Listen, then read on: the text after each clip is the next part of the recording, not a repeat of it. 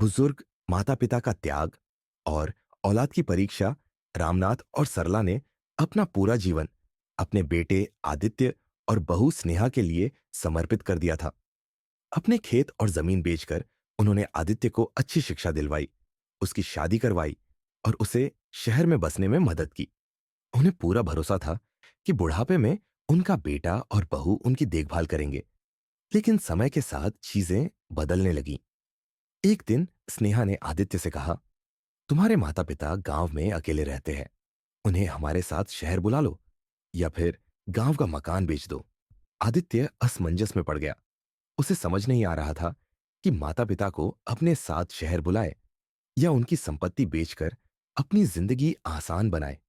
आखिरकार आदित्य अपने माता पिता को शहर ले आया, लेकिन वहां उनकी स्थिति नौकरों से भी बदतर हो गई। स्नेहा को घर में उनकी उपस्थिति खलने लगी। मम्मी पापा हर चीज में हाथ डालते हैं, इन्हें गांव में ही ठीक था, उसने एक दिन झुंझलाकर आदित्य से कहा। समय के साथ सरला और रामनाथ ने भी महसूस किया कि वे यहां अवांछित है। एक दिन सरला से गलती से महंगी क्रॉकरी टूट गई। स्नेहा क्रोध से आग बबूला हो गई। आप लोग गांव में कैसे भी रहते होंगे, लेकिन यहां हमें चीजों का ख्याल रखना पड़ता है। उसकी ये बात रामनाथ और सरला के दिल में तीर की तरह चुभ गई।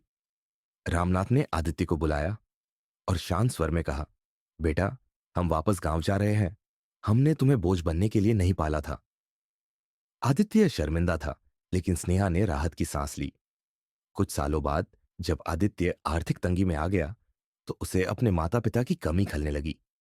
वह अकेला था, बिल्कुल उसी तरह जैसे उसने अपने माता पिता को अकेला छोड़ दिया था।